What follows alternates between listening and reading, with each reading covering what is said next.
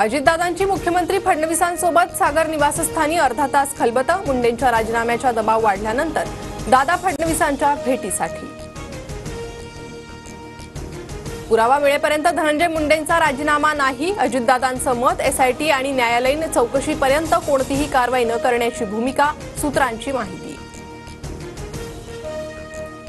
मंत्री धनंजय मुंडे आणि उपमुख्यमंत्री अजित पवारांमध्ये तासभर बैठक। भेटीत बीड प्रकरणावर आणि विरोधकांकडून होणाऱ्या राजीनाम्याच्या मागणीवर चर्चा, सूत्रांची माहिती।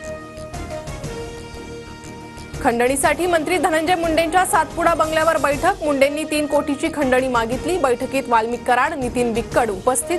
TV9 मराठीच्या मुलाखतीत भाजपा आमदार सुरेश धस यांचे स्फोटक आरोप।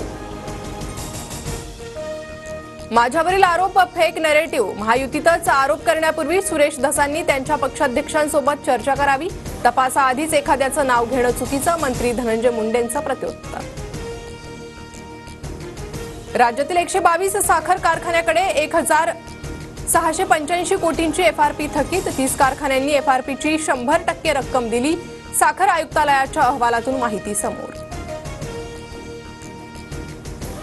राज्यात 2 दिवसात थंडी वाढण्याचा अंदाज। मुंबईचं किमान तापमान 14 अंशावर येण्याची शक्यता, तर अनेक शहरांचं तापमान 1 अंकी नोंदवण्यात येईल, हवामान अभ्यासकांचा अंदाज।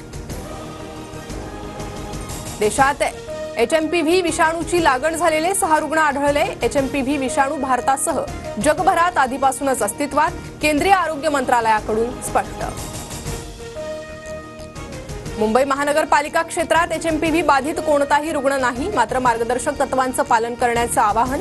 सर्दी आणि खोकल्याच्या रुग्णांचे सर्वेक्षण करण्याच्या आरोग्य विभागाच्या सूचना।